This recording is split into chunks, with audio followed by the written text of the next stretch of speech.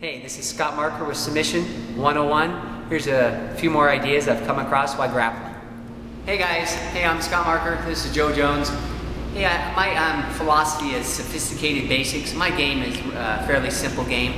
I have a lot of years grappling, but I don't spend a lot of time on the mat, so what little time I have to really take whatever the basic information I know and try to make it better and better. So my philosophy is sophisticated basics. I've heard BJ Penn before in an article say he does advanced basics. So either way, that's my game. So here's a rear naked choke. It's been around forever. I'm always trying to figure out ways to make it better and better and tighter and more effective. So here's some things right to here is, and again, my feet aren't in just so I can demonstrate it. Is first of all, when it comes across, a lot of people keep their hands straight across like this or even open. I like to do this because when you get sweaty, right, that's a good grip. So when I'm into here, I'm almost gonna try to stab this part into him and then make this is a great grip to keep that nice and tight. And then your head, you wanna try to pull in and up and keep my head really, really tight. Having your head like this is one of the biggest mistakes I see when a guy takes a guy's back. This is like your other hand.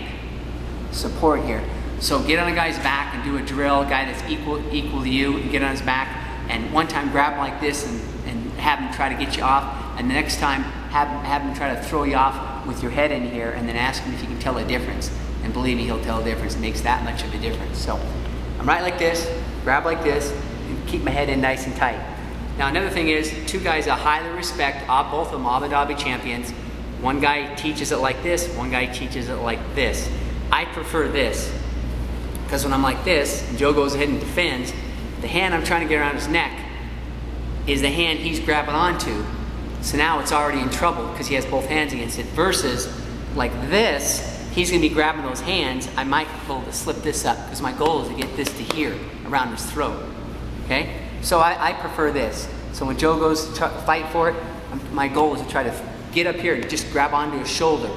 Then the next challenge on the choke is trying to get, he's grabbing on with both hands, usually grabbing on crazy like this, right? And he's trying to pull my arm down and get his neck away to create space to one, relieve the choke, and then two, I always say, which way do you go to escape chokes?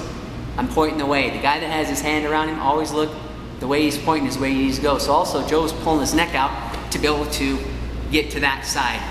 So that's my next challenge. I get to here is to be able to get it all the way around his neck and not let him get over there. So one thing I do, and I haven't seen in any videos or seen anybody do, is I do something called kneading the dough. And if I get my hand back to here, I push his shoulder, and sometimes it isn't one movement. I'm pushing the whole time because he's fighting like crazy, just to get this a little deeper, right? And to be able to finish off the rear naked choke. So a couple details, I'm pushing this, right? My head's nice and tight. And I lift my head, it's like a mouse trap. I lift away just for a second to get this in, it's back down again.